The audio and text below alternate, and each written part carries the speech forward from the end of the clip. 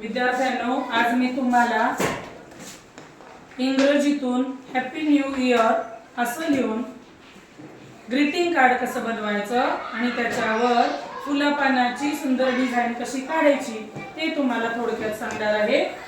तर तुम्ही लक्ष देऊन बघा. इथं आता हॅपी न्यू इयर लिहायचंय आपल्याला. हॅपी, हे बघा,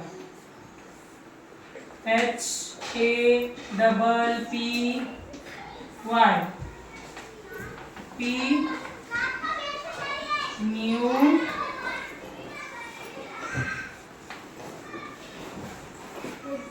इयर. हॅपी न्यू इयर म्हणजे काय? नवीन वर्षाच्या शुभेच्छा. Happy new year. आणि आता नवीन वर्ष येत आहे 2026. कोणतं वर्ष येत आहे? 2026.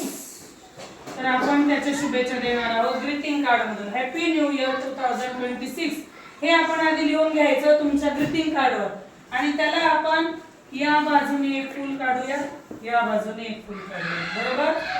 एकदम साधं. तुम्हाला सर्वांना येईल असं फूल काढायचं. इकडे थोडंसं वेगळं काढूया आपण. बघा, ही फुलाची कळी काढल्यासारखी काढली. दिसते का?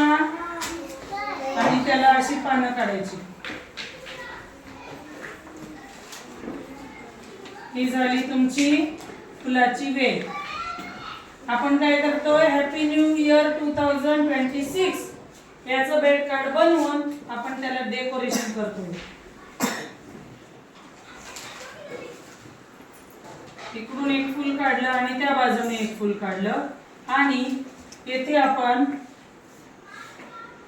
एक वेगळ्या प्रकारचं फूल काढूयात.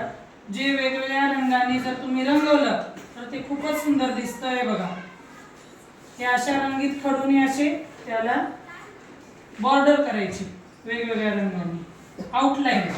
आणि त्यानंतर वेगवेगळ्या रंगाचे काय द्यायचे?